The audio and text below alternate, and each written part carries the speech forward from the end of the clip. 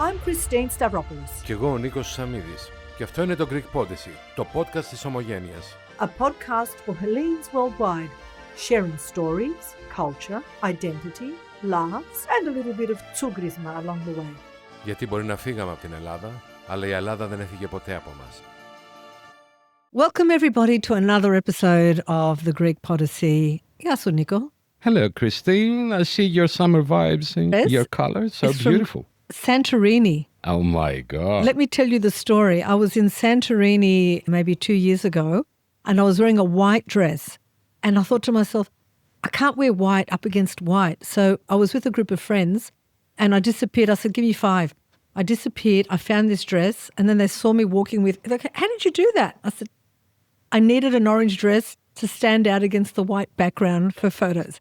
Yeah, so I'm wearing my little piece of Santorini today. I'm wearing my shorts getting ready for the Greek summer 2026. Yes, and Australian summer Yeah, of 2025. course. It's too hot today. Anyway, I've often told you one of my favourite topics close to my heart is the topic of the Parthenon Marbles, the reunification of the marbles. And we're very blessed today. I'm really excited because I've wanted to have this gorgeous lady on our podcast for such a while now, and we've finally secured her. We've got the beautiful, vivacious Elly Symons as our guest. Elly's background, she's Greek, her family background. She's got roots in Ithaki. I love Ithaki. Blue zone. And Cyprus. She is the Vice President of the Australian Parthenon Committee, advocating for the return of the Parthenon Marbles, the reunification. So we'll talk about that. She's also the co-founder of the Acropolis Research Group, which focuses on restoration, research and advocacy related to ancient Greece and cultural artefacts. Now, I follow Elly when she's doing her talks and walking through the streets, and she's always looking gorgeous and glamorous, and she does a great job. It's a good timing now with the Acropolis because the scaffolding went down recently. So I know. There's more to say about that. I'm very excited. Elly, welcome to the Greek Podyssey. Thank you so much. Thank you both for having me. It's a pleasure to be here. Thank you. Welcome, Elly. It's a privilege to have you in our show and discuss this very important matter for all Greeks, Hellenes and Philhellenes. There's a lot of people around the world, Philhellenes, that are very passionate and wanting and believing that the marbles do not belong in Britain. They belong in Athens. But before we get into that, your background is absolutely beautiful. You've got the black frame, you've got the beautiful arch and the greenery, and you're in Cyprus. So do you want to tell us a little bit about where you are at the moment? It looks amazing. I'm in Larnaca in Cyprus, in a little boutique hotel where they've taken the front 2 rooms, which were, I guess it was a traditional house, because this arch that you can see behind me is just a very classic. Anyone that's been to Cyprus will recognise this shape of arch. So it's a very traditional Cypriot arch in the sandstone. And then behind there's a courtyard and they've built a hotel, boutique hotel in Larnaca. But yes, it's a really lovely, lovely hotel and I'm here for a couple of days. So do you want to tell us a little bit about the Elly Symons story before we get into the Parthenon Marbles? Okay, the short version. My grandparents were born in Ithaca and they came to Australia pretty much 100 years ago. My grandfather went to Melbourne in 1924. Actually, and his father he came to Melbourne in 1897 for 3 years and had a fruit barrow in Elizabeth Street in the CBD. And then he made some money, went back to Ithaca. My grandfather came in 1924 and in 1935 he brought my grandmother and they got married in Melbourne in the first Greek church in Melbourne, Australia, had family, 4 children. My mum was the second child. She grew up in Melbourne. She went to MLC, which was a girls' school, which I ended up going to as well. So my grandfather did very well and I'm very proud of his history. He had restaurants in the city of Melbourne, several. And then on my father's side, my father was born in Cyprus, in Agros, in the mountains. And he was educated, he learned English and he came to Melbourne in 1951. and he studied law for 2 or 3 years at Melbourne University. And he didn't end up finishing because it was very difficult in those days to study law in your second language, imagine that, and work at night as a waiter. And so it was pretty tough. So he didn't complete his studies, but he ended up having restaurants in the city as well. So I actually feel like my early childhood was very much, I'm a product of the CBD of Melbourne. And then we lived in the eastern suburbs. And so I grew up and with Greek and Cypriot heritage, but obviously born in Australia, like all of us, diaspora Cypriots and Greeks. And of course, as we're reaching this age of our lives, we all want to spend more time in Greece. And I know you do, and there are so many of our listeners that are doing that. So that's my sort of phase of life now where I'm spending time in the Patrida. Wonderful. So how did you end up in Greece? Because I know you come back to Australia, but most of your time is spent in Athens. Can you tell us a little bit about that and how that came about? What came about, my marriage ended and my children had grown up, were in college. And so I thought, okay, I have spent the best part of my adult life living a very Anglo life in Melbourne, I have to say. And I always had a feeling inside me that I wanted to spend more time in Greece. And as a little girl, I always wondered what it was like living in Greece, living in Cyprus. Or what was I'd heard stories about my father's childhood. I'd heard about my grandparents' life in Ithaca, but not directly from them. And I just felt like I wanted to experience that, not just through stories, but I think to understand a city really and to understand your heritage, I think you have to live there. And so I wasn't really content with just being a tourist, having my 4 weeks a year in Greece.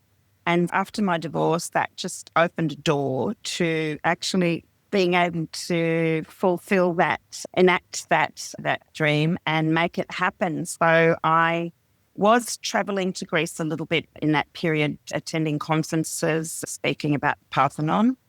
And so through those conferences, I started to connect, and then I decided to take the plunge and buy an apartment in Athens. So I was able to do that after my divorce settlement. So I live half the time in Melbourne and half the time in Greece. But now, in the last couple of years, I've always visited Cyprus, but now I spend a couple of months of the year here as well. So I'm living across 3 countries, 2 of my DNA and 1 of my birth. So it's a bit of a juggle, but I really love the opportunities and the insight that it brings. Nick, are we jealous? I was just ready to say that. I'm very jealous, not just jealous. Elly, do you always had that need for maintain your identity, your Greekness? Do you always be that kid like full Greek at home and pasticcio at the school for lunch? Is that your kind of childhood? My mum was born in Australia. She wasn't, of course, she was Greek. My parents spoke Greek at home, but because my father had finished high school in English and because my mum was born in Melbourne, their English was excellent.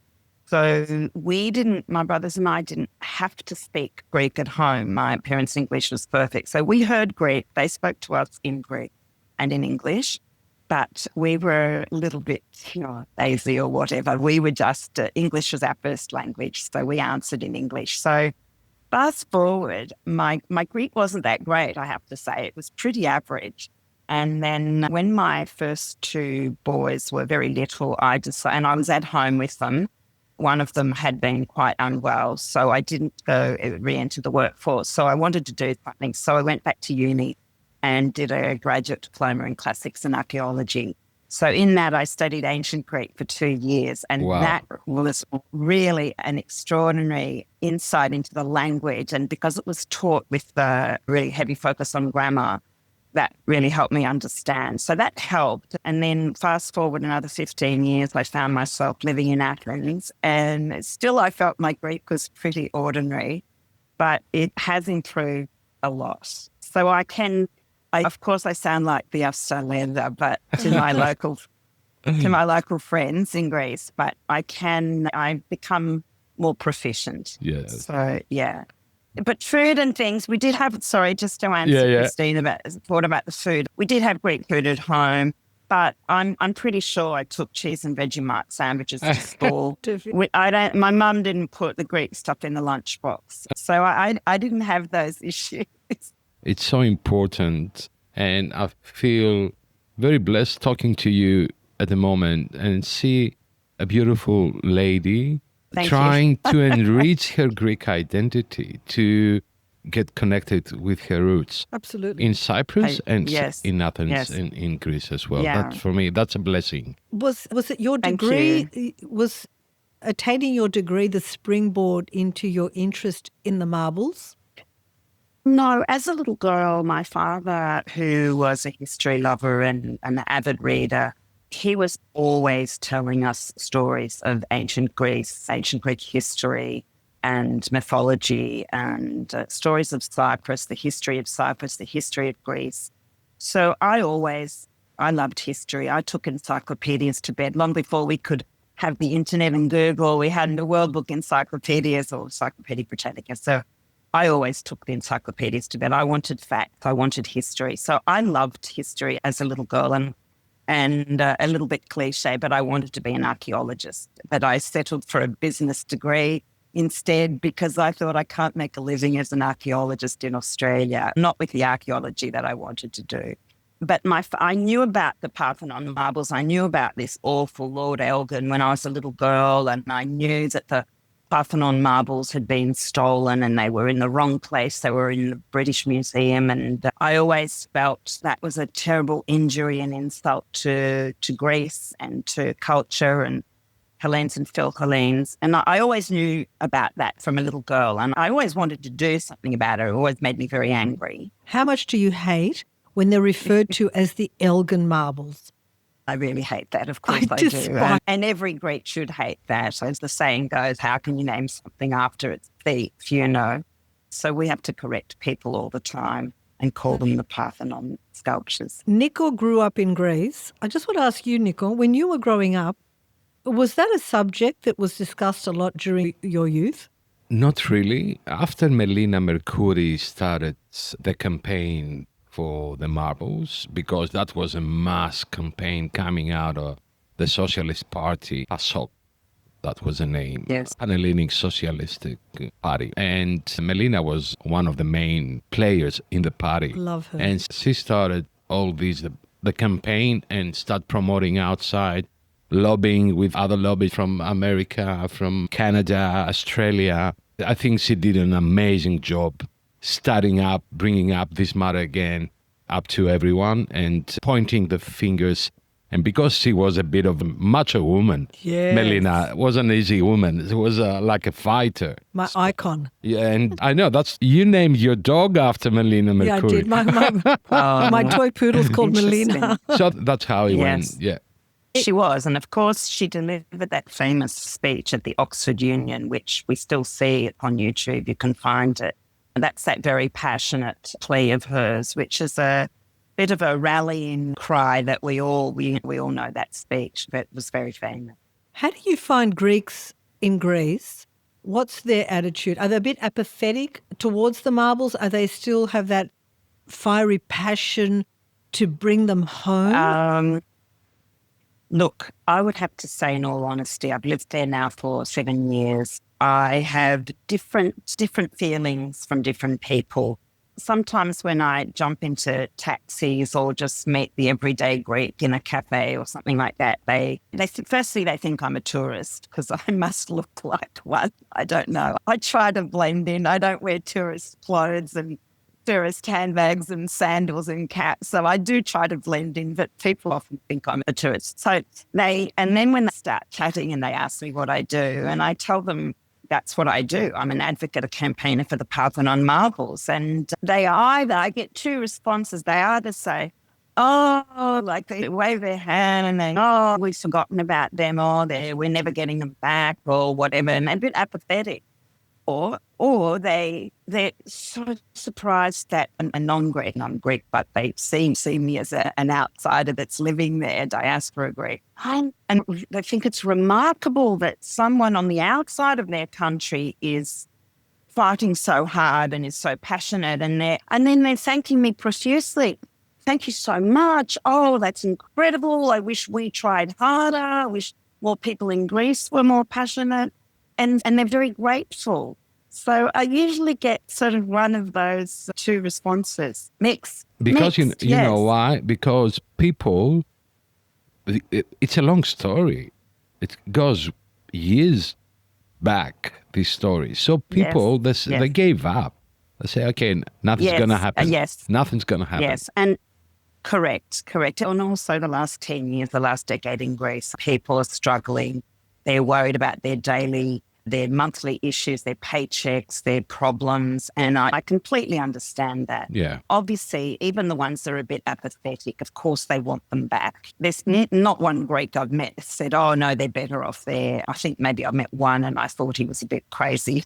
How could they be better? How could they be better there? They're chopped in half. And it's just not logical in anyone's language. Let's take it back to where it all began. And I'll recap what I know, and then you can elaborate and fill in the gaps. The marbles were taken during the Ottoman occupation. Elgin maintained that he had permission from the Ottomans to remove the marbles and transport them. Then there's the story, mind you, the Turkey saying there's no such record of that document ever existing. We don't have it. And the story goes that Lord Elgin just ripped them off to put them in his backyard. He then was going through a divorce and he had to pay alimony. He needed to sell them to pay his wife, and he sold them to the British government. The British Museum is autonomous of the government, so there can't be a directive from the government to return the marbles. So hence we've had this back and forth, and that mysterious letter that the Brits maintain gave Elgin permission to remove the marbles. Is that pretty much it in a nutshell? That's pretty much it. Yes, so it's a stalemate. So yes, this firman, the Ottoman firman that Elgin relies upon as his document of proof of permission, doesn't exist. However, in the Ottoman archive, there exists several letters around the same time as the firman in those couple of years leading up, 1801, I believe, 1802.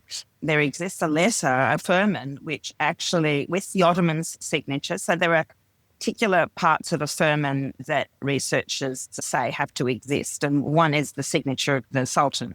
So there's one particular firman that actually does exist, is actually Elgin's passport to enter Athens. He was the ambassador of England to the Sublime Porte, which is the Ottoman, the Sultan. So he was the ambassador to the Ottoman Empire, and on his way to take up his post, he passed through Athens, and he had this stately home in Scotland called Broome Hall, and he had married a very wealthy woman, family, so it was new money. And he had a title but didn't have money, so that's what they did in those days. And he wanted the best house in Scotland, and he wanted these beauties, these treasures for his home. So back to the firman, we know in recent years the Turkish have actually been quite useful. Their researchers have said that there's been several researchers who have said that there is no such firman in the Ottoman archives. And so this other firman that actually does exist, the one that is Elgin's passport to enter Athens, is actually quite a significant document because it shows that the Ottomans have their archive is actually very rigorously kept. And so if this other firman that Elgin purports to exist, which gave him permission, if that isn't in the Ottoman archive, that is actually a very key piece of evidence not that many people have spoken about. So this purported firman that Elgin relies on, and this what British position is built on, this permission, but we had permission, they were obtained legally, the talking points, we just hear them over and over again and ad infinitum, they're like a broken record. And so the thing about this document is that it wasn't produced in the language of the treating parties, being UK, being English and Turkish or Greek. The only record we have of this document is an Italian translation. Italian was the language of Lucieri, Elgin's man, but the document doesn't exist in English, Greek or Turkish. That's bizarre in and of itself. We've only got an Italian translation that's not certified. What kind of document is that to rely on as a worthless argument to prove ownership and permission? It's complete BS, sorry. And so even if you want to accept that document as evidence, it actually says, it makes 3 points. One is that he was entitled to make sketches of the sculptures. 2, that he was able to make plaster mouldings, take casts. And 3, he was entitled to pick up a few loose pieces on the ground.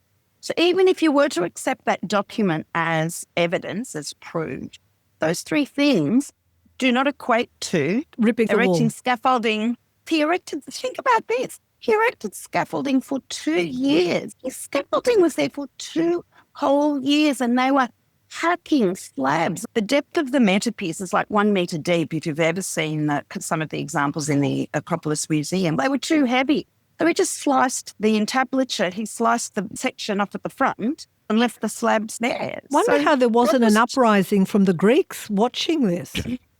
So in that time, the Acropolis was a fort. It was the seat of the voivod. So there were other buildings on the Acropolis. It was the citadel, if you like. So the peasants, the common folk, the oppressed Greeks, they were down around in the residential areas down below. Look, I don't know why there wasn't an uprising, but these people were an oppressed people for several hundred years. They were used to being disempowered by their Ottoman overlords, and they didn't have a means. I don't think they had weapons or a means of uprising. It took to 1821 for them to have this uprising. Yes. So look, and that's how it happened. And so this stalemate, this reliance on this false document and then this unilateral. So they take them, they invest. So he gets divorced, he becomes bankrupt, and out of necessity had to sell them to the British government, not something he wanted to do. That was like 20 years later.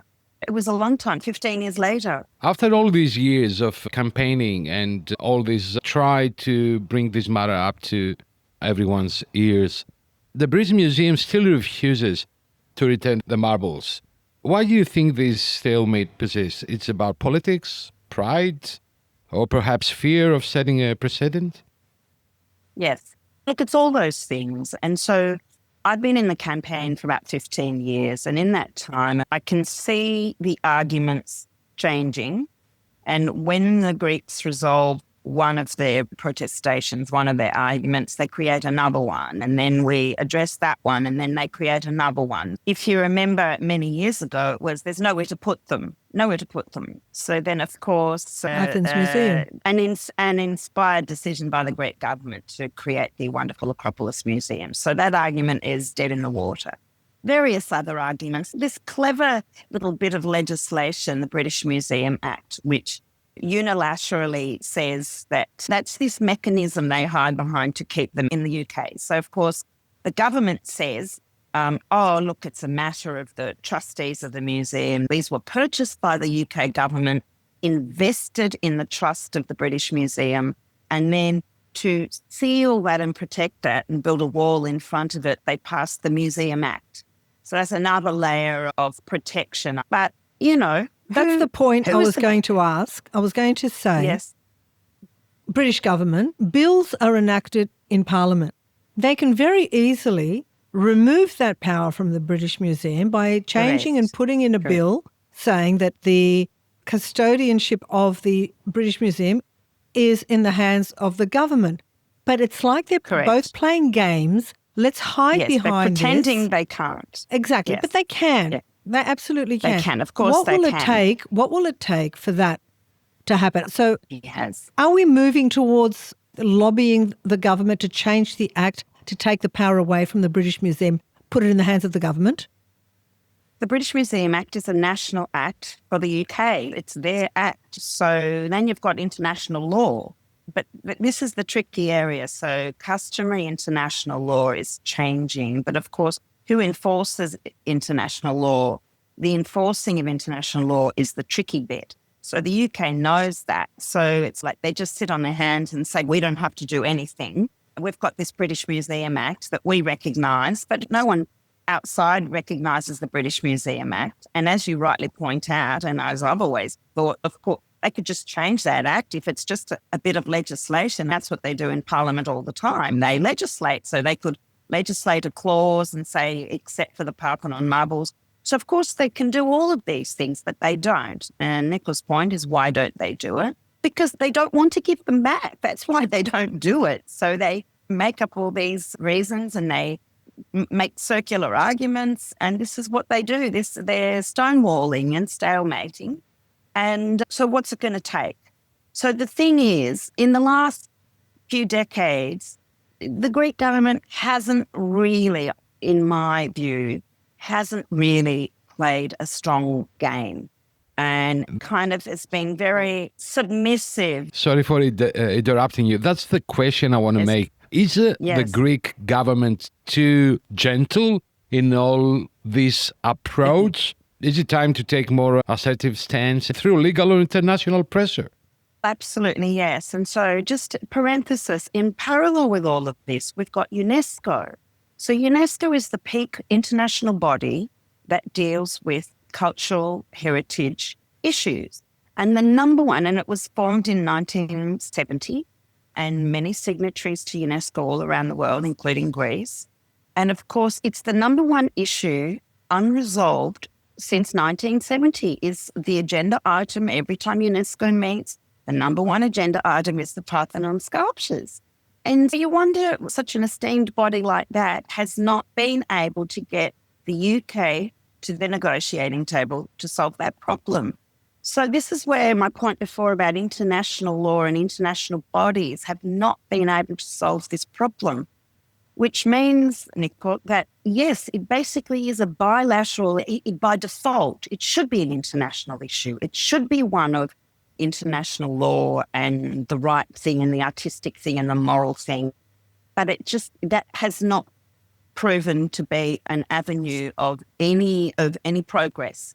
And so in the end, it's defaulted to being a bilateral issue between the UK and Greece, which means it's an intergovernmental issue. And what does that mean? It means our government has to really step up and fight at the highest of levels, at Prime Minister level. Mm-hmm. And really, in my book, for the first time, we've had a government in the last few years with Prime Minister Mitsotakis, who actually, on election, it was in his platform, it was one of his tenets of his platform. And in order to take it seriously, one of the other problems in Greece has been that this issue has been in the culture ministry. Now, it's not a criticism of any culture minister. We're blessed with excellent culture ministers, some better than others, but it's not a matter of the culture minister, because what can the culture minister do? Can the culture minister go to the UK and have a chat with the culture minister there or the museum directors? See, this was the UK's strategy, was to downgrade this issue to one of culture and museums. Whereas one of my advocating stances has been for Greece to upgrade it, not to let the UK downgrade it, because that's a winning strategy, downgrading it. We needed to upgrade it to a matter for the Prime Minister in the Prime Minister's office. And so that's what happened with Mitsotakis. And so that's why we've seen in the last few years that he's actually prioritised it. He moved the issue from the Culture Ministry to the Department of Prime Minister, and he's got people in his cabinet who are focused solely on this issue, which is why, in parallel with a few other campaigners paving the way in the UK, a few very strong activists and philanthropists with some money who have lobbied UK politicians. So in parallel, this original meeting got set up with George Osborne and Prime Minister Mitsotakis, and that happened about almost 3 years ago now, slowly, and a lot of talks behind closed doors. And when George Osborne came out last year and said a deal can be done, and then Minister Mendoni, Culture Minister, reinforced this, And it's now we know that the issue is actually being spoken of at the highest levels and Prime Minister's also said he would not stand in the way of a deal. This is the closest we've ever been in 200 years, and it's because the Greek government at the highest level took the issue seriously, spoke at the highest levels in the UK, and that's where the agreement has to be made, at the highest level. Let's have a short break to go to Helco Consulting and Lucas Theodoro. The information shared in this podcast is for general informational purposes only and should not be considered legal or finance advice. Listeners are encouraged to seek professional guidance specific to their individual circumstances. Hi everyone, welcome back to another episode of the Greek Podyssey, where we discuss all things business in Greece and investment. So today we'll be talking about bank accounts. We've discovered thus far everything about the tax file number, setting it up, dual taxation, what implications can that have on me and my business income or personal income. And now the last important step of beginning any investment journey is setting up a bank account. So having a bank account, a local Greek bank account, is very important because that will mean that you'll be able to access all the government portals, pay and maintain anything like a property, pay your council rates, pay any bill through the e-banking services that are connected to the government portal. And it is also really important to be able to have a Greek bank account, as it does make transfers and domestic payments a lot easier. The Greek system now is slowly starting to introduce things like accepting Revolut and accepting transfers from non-Greek bank accounts, let's say for buying a property, but there can be delays if large sums are coming over, and they can get blocked and audited if it's not a local bank account. And obviously an international bank account or a Revolut account does not have access to the Greek government systems to be able to pay your rates and things like that. So for all intensive purposes, we always say it's easier to open up a Greek bank account, and that way you'll have much easier access to the system through GovGR, but also through companies that have services through online banking, like telephone providers, energy providers, anything utility-based, many companies. It is really important that this is done correctly as a tax resident abroad, because most banks will ask for your foreign tax file number, your latest tax return or notice of assessment if you're from Australia, and basically where did your income source come from, because they want to know where the originating source of your money comes from for anti-money laundering laws and corruption laws as well. So it is really important to come prepared. Most banks will accept English documents as they're internationally recognized. You won't need to translate them or apostille them, but obviously that can be dependent on the bank as well. And you can do this through a Greek bank that has a representative office in another country, like for example, the National Bank of Greece has a representative office in Australia, and so on and so forth. Or you can do it via proxy with your lawyer, but the banks have very specific power of attorney instruction that they'll provide for the lawyer to be able to open up the bank account for you here. Alternatively, you can initially start with your foreign bank account, and slowly, once the investor comes to Greece, you can also do it in person here, which is a lot easier with someone like us to guide you and have you there at the bank branch on the day. Just on Nikos' previous point on setting a precedent, and obviously they don't want to feel like they've lost, you can skirt around that. Correct. Because it's not like someone went on an archaeological dig and found an antiquity and took it. This is something that's actually been taken off an existing structure. So you're not setting a precedent for every other country to say, you gave back the marbles, give us ours back.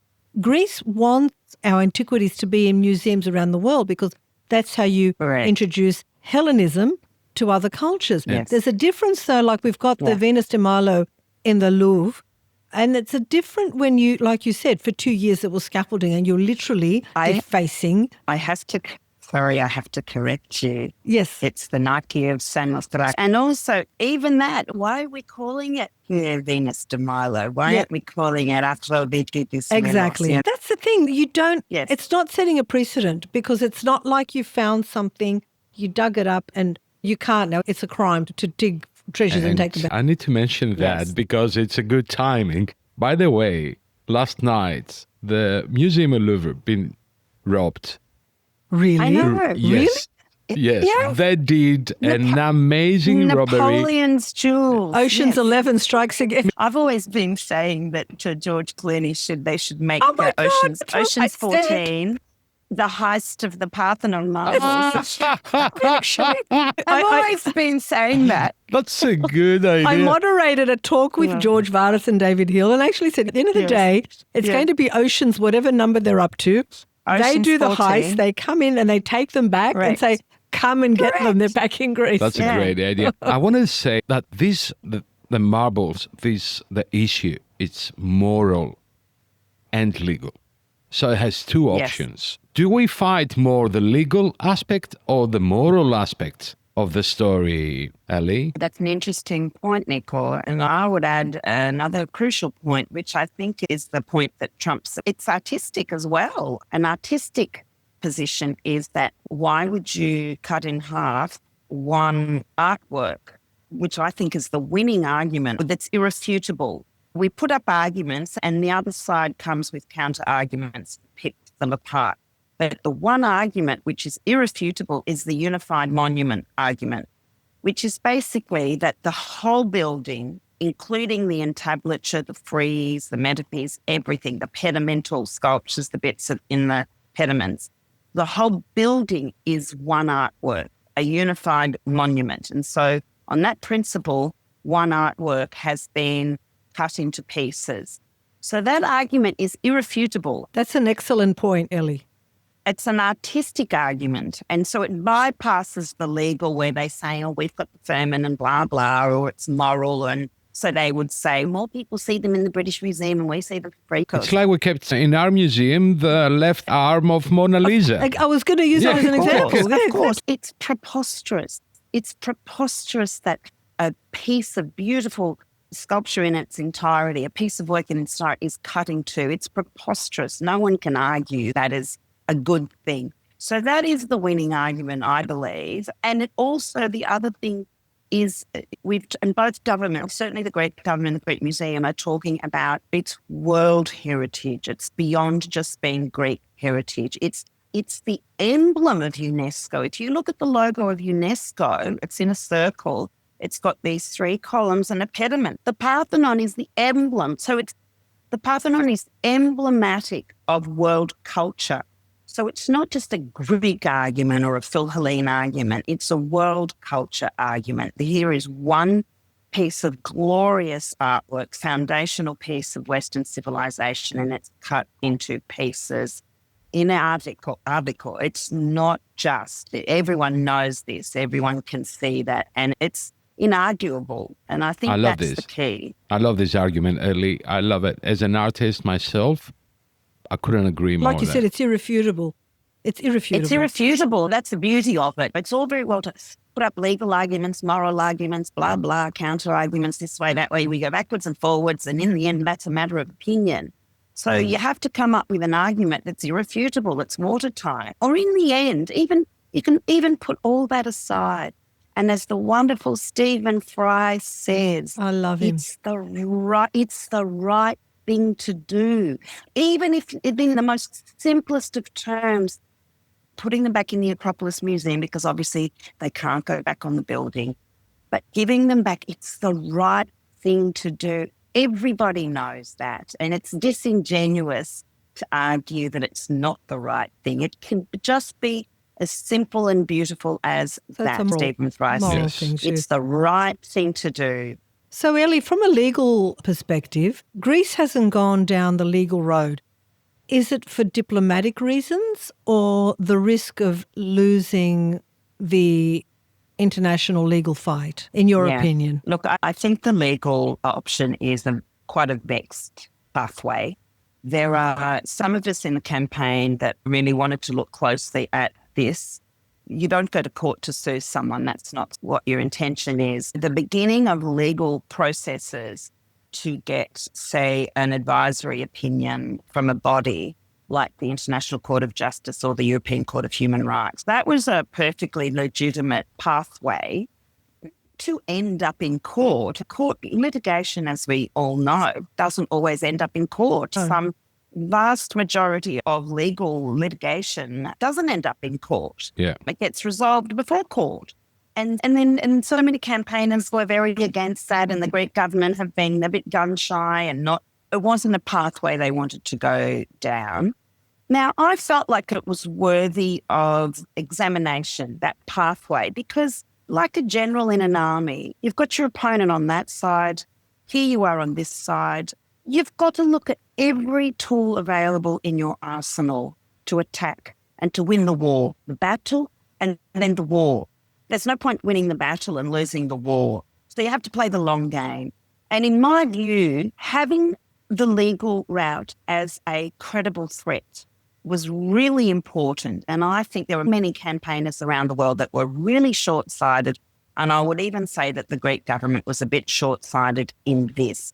Because for the last decade, since Jeffrey Robertson and Amal Clooney and Professor Norman Palmer came out with their legal advice, which they delivered, the Samaras government asked for the legal advice. And by the time it was formulated by Jeffrey Robertson and his team, it was handed to the Tsipras government, who put it in a filing cabinet and were busy, never to be seen again, which was really unfortunate because it took away what I thought was a credible threat. Why would the UK do anything if there was no credible threat? They've spent 200 years stonewalling, saying no, and there's no credible threat. We won't come out to play. We won't come and talk to the Greeks. So this was a credible threat. And in my view, it was a real shortcoming of our positions. Not our group were quite pro in examining the possibility of having a credible threat. Anyway, look, fast forward now, we haven't really, different things have moved now. The Prime Ministers have spoken. George Osborne has been, people have been working on him. He sees that it's time. And the zeitgeist has changed. The British Museum is closing for renovations. That whole wing is going to be closed for about 5 years. Wow. So the Parthenon Marbles are about to be crated up and put in storage. Unbelievable. So what better time, what better it's a soft way, it's a soft sell now. If they can do the deal, which I strongly believe the deal is basically done and they're fine-tuning some sticky parts to it. As long as it's not a loan deal where we sign away our right to ownership. Correct. This is the sticky bit, the L word, the dreaded L word. Yes. No Greek wants to agree to a loan, which implies ownership. So we don't want that. No. So, look, previous solution was found for the Palermo fragment that came back from Sicily, and it was framed as a deposit.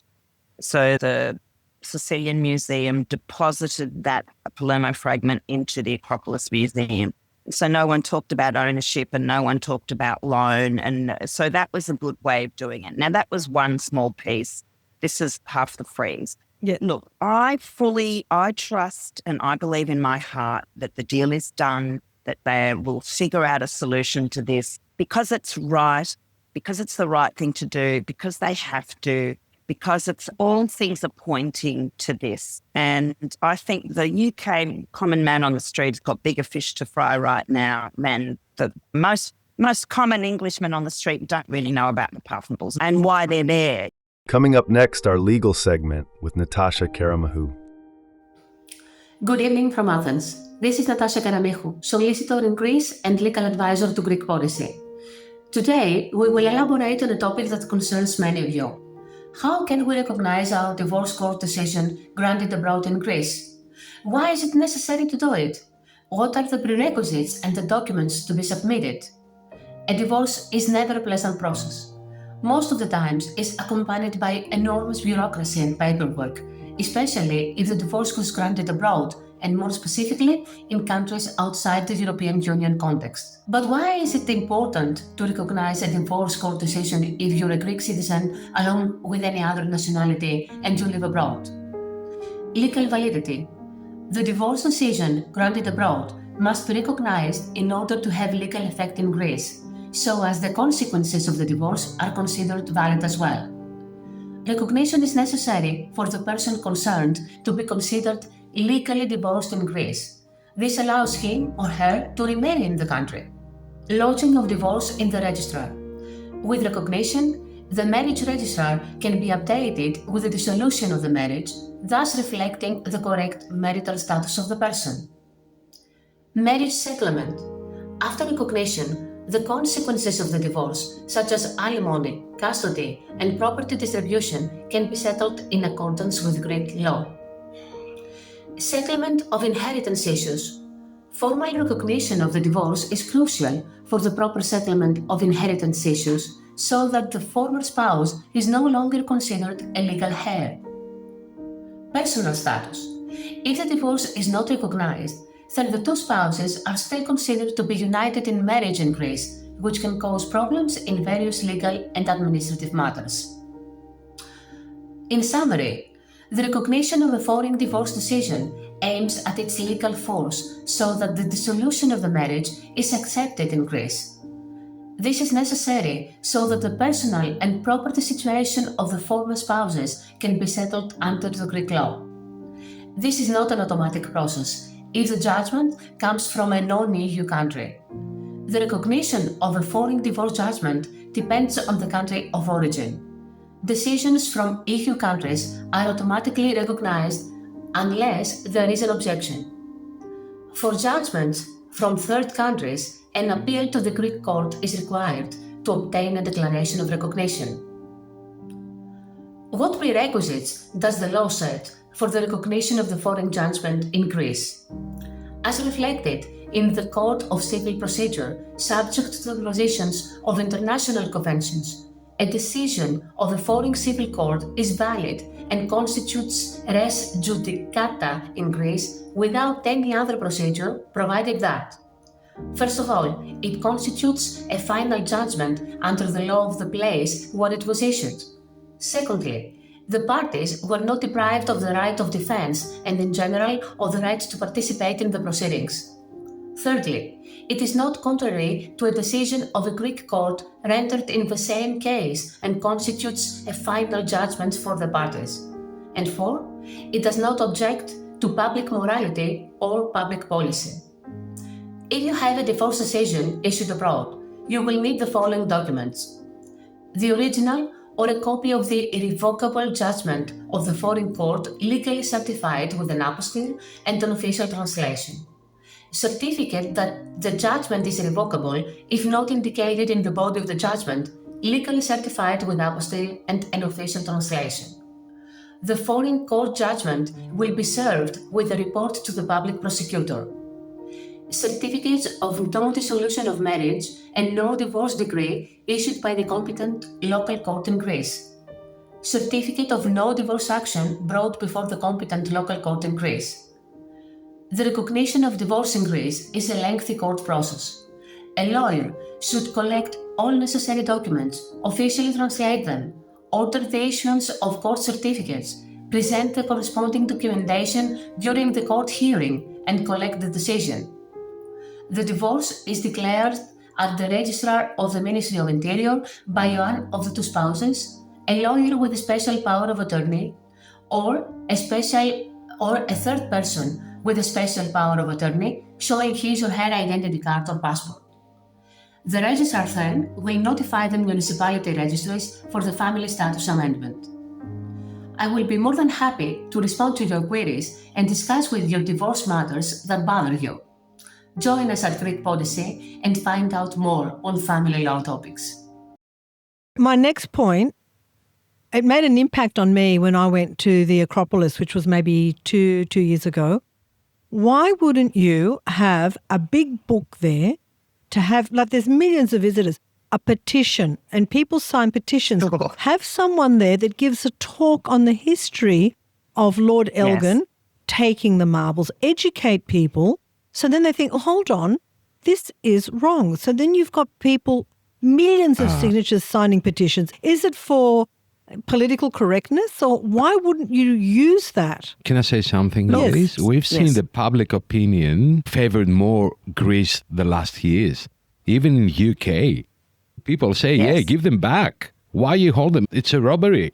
So Each poll that comes out is Yes. a higher result. I think it needs some marketing and Yes. PR from Greece at the Acropolis, at the site, and have these were taken, sign the petition. We need to lobby the government. So you've got that campaign happening simultaneously to people's voices are powerful. Yes, I hear what you're saying. I live across the road from the Acropolis Museum, and I do know the director and the staff there. I think in Greece, and the museum people in Greece are really very, by nature, they're very proud of their work, their heritage. They're very proud of their museum. They're quite conservative in there. They're not. I think perhaps Australians, that's what I We're a always bit say, more, our yes. Australian- Let's get Our 'em. Australian committee is the best committee in the world because we're quite combative. We're very forceful. They're actually, the Greeks, especially the museum community in Greece, I find they're very reserved. They're very academic, highly knowledgeable, highly credentialed. They do have displays like at the moment in the foyer of the museum, there's a beautiful display of the Firman and Lord Byron's 200 years in Greece. And there's also a display of the Firman and Lord Elgin. And so it's right just inside the foyer. And so it's there, but it's not in your face. And here's a table, come and sign the petition. They're a little more reserved in that. I agree with you. That's a great idea. I would happily stand at the front of the Acropolis Museum. I'll be there with you. In the queue, with the queue there, that people lining up to go in every day and say, everybody over here, listen to this. Here's a petition, sign it. I'm sure we could. But look, in the end, the UK won't necessarily listen to that. The fight is in the UK. If the UK citizens are vocal enough, because they're the voting, it's not going to make them elect a government based on giving back the marbles. But No, if it it's not. becomes look globally what's happening at the moment with boycotts and what have you, Yes. people's voices are actually working.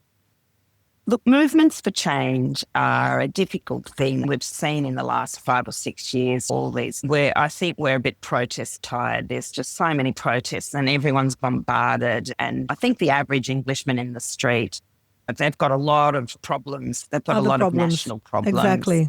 And that's the problem. It gets caught up in Can I- things in everyday life. if we remove the marbles from the British Museum, what that means in revenue losses for the British Museum, because the British Museum doesn't give a shit what people says. It's an organization. They making Right. profits. That's what they do. Losses point. and profit. That's what they do. They Well, don't care what people says. So what would be the losses for them if we remove the marbles? The first thing they would say, which is true, is that the British Museum doesn't charge an admission fee. So there's no entrance fee. So one of the things they say is people from all over the world come and see them for free here, and more people come and see them here than they would in Greece. Of course, Geoffrey Robertson had the best answer of all to that. He said, if it's a matter of more people seeing them in the world, he said, put them halfway between Beijing and Delhi, and then more people in the world would see them. Good. Love it. I love it. What a brilliant argument. It's fabulous argument. This is there were some very funny arguments and counter arguments. So that was a great one. But to your point, so they would argue that the British Museum does not charge admission. So that's not a winning argument for us. But look, the thing about it is one of the parts of the solution is also replicas. I was actually fortunate enough to be in the British Museum a few months ago, and I was looking at them and looking at them and looking at them. And I think the average layperson would not realise at all if they were looking at a very good copy of the marbles.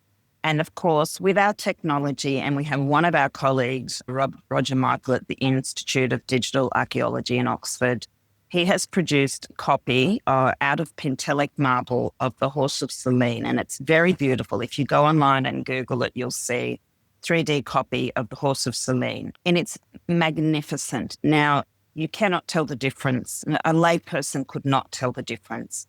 So, for goodness sake, really, the originals should all be together, unified in the Acropolis Museum, and the British Museum could have a perfectly lovely set of copies that would fulfill their needs, fulfill the needs of the patrons and the customers of the British Museum. And then we have so many visitors to Greece. And so we could be seen in the purpose-built Acropolis Museum, unified all together, instead of this display of you get one Pentelic frieze original and then a white plaster copy next to it. And then it's a travesty. It's a tragedy. Yeah.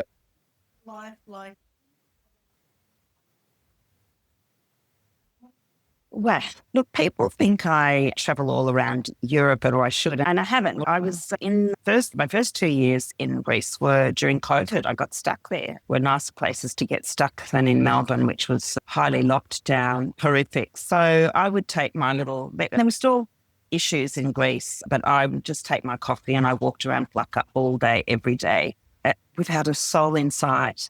Like I literally had Plaka. You know how you go to Plaka now and there's people everywhere and there's cars, there's people, there's souvenirs, tourists, there's hustle and bustle. I walked around Plaka for 2 years almost by myself. It was, now I think back very fondly and romantically at that period. It was really lovely. So that was a really big bonus. My daily life is that I'm an investor, so I have to know what the financial markets are doing. So if I'm in Greece or I'm in the wrong time zone, so quite often I'm up half the night looking at the markets.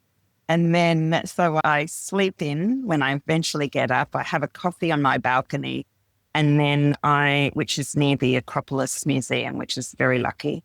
And then I set off somewhere between 11 and 12 on my Elly's adventures in Athens. So that's where I will pull out my car. I'll just walk. I walk central Athens. I've walked every single street. I've been to every museum. I've seen all sorts of things. And so when I find something that I think my Greek diaspora followers and friends will like, something that may not be through the lens of the native Greek that has grown up there. So I've got a lot of, yes. Sure. Look, I'm on X, so Elly M Symons. I'm on Facebook. I'm on Instagram, also Elly M Symons. And I often post on Greek City Times. They often post some of my videos. And on LinkedIn. I've actually got a very big following on LinkedIn. So my style on LinkedIn is a little more professional. Yeah. And my sort of Instagram, Facebook stuff. So I'll just post on something anecdotal, something that I see that I think, I think my Greek Australian, Greek American followers will like that, because and people always say to me, they see my Greece through our diaspora lens. It's not that might think something's really interesting that a local Greek would think, what are you taking a video of that for? You know? Can I have the last question? I think it's a beautiful question. I want to do it. Okay. So Okay. You've given so much of your time and your life for this beautiful cause. What would it mean to you personally, standing in the Acropolis Museum one day, seeing the Parthenon Hall again, complete as it was meant to be? I want to cry now. I feel very emotional. Nico, you've hit the nail on the head. Of course, there would be tears in my eyes, really, a moment that would be so magical for people that have worked on it, that have believed it and worked on it, obviously, but for all Greek people, all Hellenes, all Philhellenes, and we've said that it's extremely important, and we touched on before, it's world culture. It's emblematic cultural artifact of Western civilization. Apart from of course, there are magnificent artworks, magnificent buildings, and the only thing comparable, I would say, is the Great Pyramid of Giza, and that's you can't even compare. They're in different categories. One's an engineering masterpiece, so is Parthenon, but it's an artistic masterpiece. What does it mean for Greeks? It means everything, as Melina said. It means the world for Greek people and for all people to see these incredible sculptures reunited. Jeffrey Robertson said that it was the showreel of ancient Athens. In the Parthenon frieze, you see the Panathenaic procession. You see every single part of Greek society represented in that Parthenon frieze. Old men, old women, water bearers, children, musicians, people pulling along oxen, people, cavalry riders, hoplites. You see every person in ancient Athens and mythology is represented. So it's our whole entire history sculpted in Pentelic marble. And there it is. It's unbelievable. It's extraordinary. And it's ours. And it makes us so proud. And we want to see it reunified where it should be. I want to say a big thank you for all your years spending on this cause. Representing us. Hellene.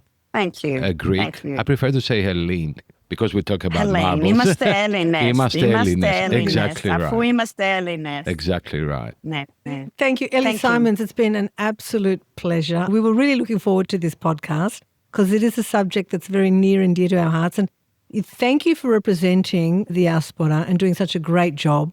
We're behind you, and this podcast is always available to you at any time because we just love chatting to you. Next year, Christine and myself will be in Greece, so we can do this petition book. We can have a stall there. I'll do the souvlaki next to it. And well, we can even do a podcast when we're in Greece next time when we're there next year. Let's arrange it. Let's see if we can do one from the Acropolis Museum. Oh, that would be lovely. That's it. That's Done. you. Wouldn't that That's you. Elly, thank you. Thank you both. Thank you both for having me, and thank you for this podcast. We've got so many beautiful presenters and podcasts now showcasing Greek culture around the world. So bravo to both of you.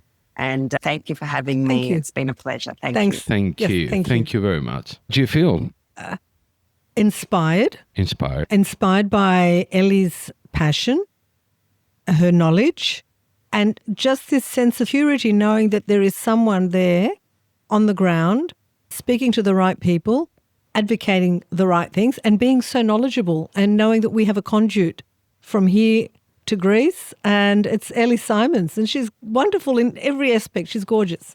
I feel very emotional to know that people, Greek Australians, Greek Americans, Greek whatever, they're still fighting for this cause. For me, it's the world. And I really got emotional thinking Elly in front of the Acropolis, and the Acropolis to be full as one. Back as it was. Just visualizing that and knowing that Melina Mercouri from up above would be smiling down and her vision realized. It will be. I feel very confident. We've got the right people. We're moving ahead, narrowing, and I think it will be realized in our lifetime.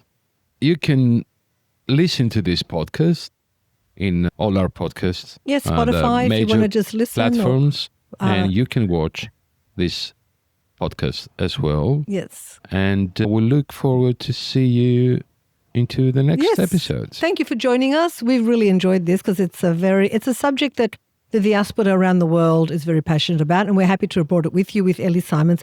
Please follow her on all her platforms, Elly M Symons, and she'll keep you up to date as well, and you get to see her gorgeous face more often. Thank you.